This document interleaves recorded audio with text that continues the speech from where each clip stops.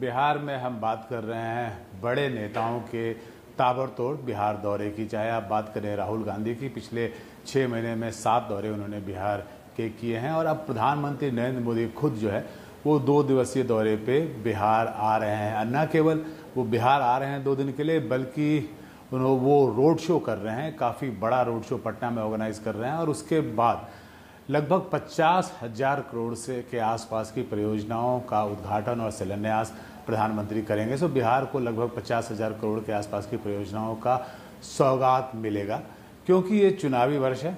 बिहार में इस वर्ष चुनाव होने हैं और चुनाव लगभग सर पे आके खड़ा है।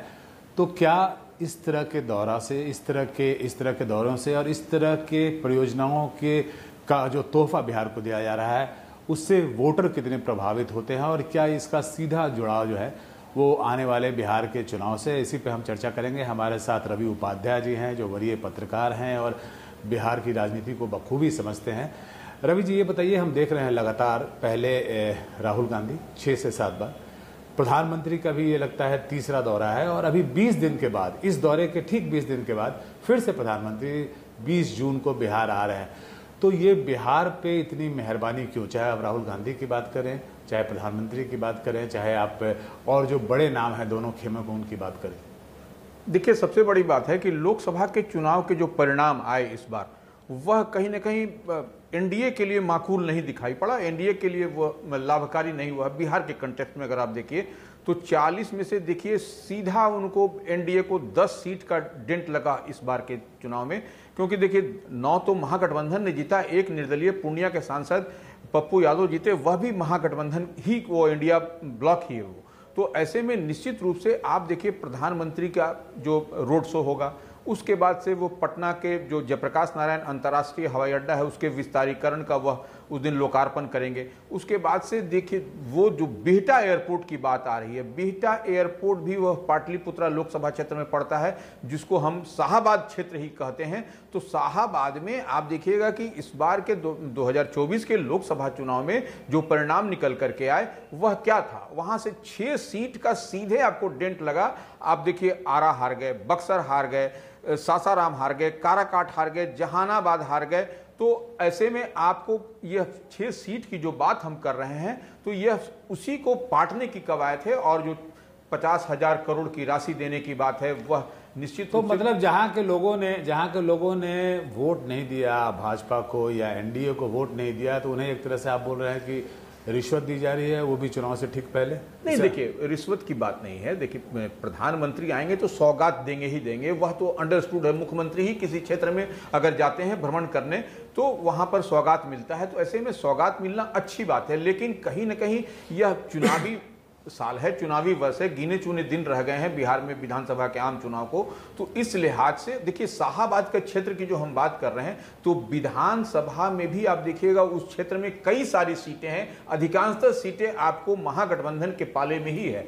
तो ये अब इनका नारा है 2025 में 225, तो 243 विधानसभा में 225 आपको लाना है, तो आपको एड़ी चोटी का पसीना एक करना पड़ेगा, तभी 225 आपको आता हुआ दिखाई पड़ेगा। नहीं तो आप लाख कोशिश करके रह जाए। इंडिया ब्लॉक महागठबंधन बिहार में मजबूती के साथ आगे बढ़ रही है, तो उसको आपको काउंटर करने के लिए, और नरेंद्र जी बिल्कुल यही आरोप जो है वो इंडिया गठबंधन के लोग लगाते हैं, खासकर राजद के लोग लगाते हैं। उनका कहना है कि अगर बिहार के विकास की इतनी चिंता थी तो इनके पास 5 साल पड़ा हुआ था, उस 5 साल में ये केंद्र से बहुत सारी परियोजनाओं को ला सकते थे। लेकिन ऐसा क्यों होता है कि जब चुनाव की तारीख नज़दीक आती है तब आप इन परियोजनाओं को लागू करते हैं, या इसकी घोषणा करते हैं, या इसकी सौगात देते हैं, ताकि वो पब्लिक मेमोरी में फ्रेश रहे और इसका सीधा फायदा आपको आने वाले चुनाव में मिले? देखिए निश्चित रूप से जनता बहुत शॉर्ट मेमोरी की होती है, तो अगर आप पहले 5 साल पहले कोई भी बढ़िया चीज आप गढ़ करके दे दीजिए, वह याद नहीं रहता है। तो अभी जैसे चुनाव के समय ताजा मामला होगा, तो निश्चित रूप से अगर सौगात 50,000 करोड़ की बात आ रही है, या टर्मिनल की बात आ रही है कि टर्मिनल भवन बनेगा, विस्तारीकरण होगा बिहटा में एयरपोर्ट का, तो वह निश्चित रूप से एक लाउड एंड क्लियर मैसेज आम आवाम में जाता हुआ दिखाई पड़ता है कि नरेंद्र मोदी की सरकार कह लीजिए या बिहार में नीतीश सरकार, डबल इंजन की सरकार हमारे लिए 24/7 लगी हुई है बेहतरी के लिए। तो इस लिहाज ये जो दौरा हो रहा है, मैं इस पर फिर से इस बात को अंडरलाइन कर दूं कि ये जो दौरा हो रहा है इसमें परियोजनाओं की सौगात तो बिहार को मिल ही रही है, साथ में एक तरह से ये पब्लिक आउटरीच का भी प्रोग्राम है। प्रधानमंत्री का काफ़ी बड़ा रोड शो जो है वो पटना में ऑर्गेनाइज किया जा रहा है और बहुत बड़े इलाके, पटना के बहुत बड़े इलाके को कवर किया जा रहा है, जिससे प्रधानमंत्री जो है वो खुली जीप में होंगे और लोगों का अभिवादन स्वीकार करेंगे, जैसा कि हमने देखा गुजरात में उनका जो रोड शो था।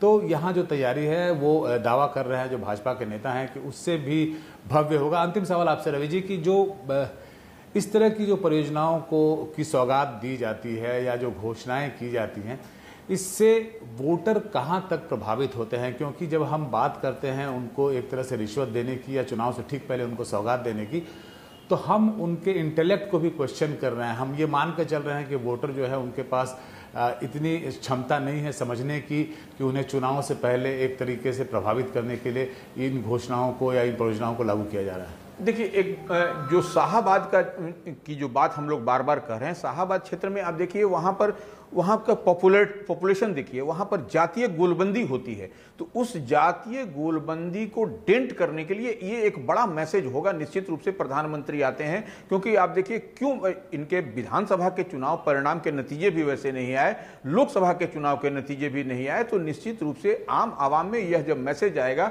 कि नरेंद्र मोदी की सरकार, डबल इंजन की सरकार, बिहार और केंद्र की सरकार मिलकर के हमारे बेहतरी के लिए काम कर रही है, तो यह निश्चित रूप से यह रहेगा। और देखिए, हम बार बार कहते हैं शॉर्ट मेमोरी, तो अभी अगर यदि तत्काल जिस दिन नरेंद्र मोदी आकर के सौगात देते हैं तो यह निश्चित रूप से सबके जेहन में रहेगा। और ये आने वाले समय में या जब भी विधानसभा का चुनाव 2-4 महीने बाद होगा तो उसका परिणाम आपको एनडीए के पक्ष में होता हुआ दिखाई पड़ेगा। जैसा रवि जी का मानना है कि ये जो सौगात है ये लोगों के जेहन में रहेगा और इसका सीधा फायदा उन्हें आने वाले चुनाव में मिलेगा। और यही कारण है कि ये जो पूरी परियोजनाएं हैं, ये जो पूरे परियोजनाओं को जो चुना गया है उसका जो चयन किया गया है वो उन इलाकों से है जहाँ पे कि लोकसभा में भाजपा या एनडीए ने अच्छा प्रदर्शन नहीं किया था। तो ये परियोजनाओं के जरिए उम्मीद कर रहे हैं कि उनका प्रदर्शन जो है, खासकर जो 2025 का विधानसभा चुनाव है उसमें इन इलाकों में सुधरेगा और उससे उनके सीटों में, जो कुल सीट बिहार में जो विधानसभा सीट होंगे उसमें उन इलाकों में जहाँ पर कि एनडीए ने अच्छा प्रदर्शन नहीं किया है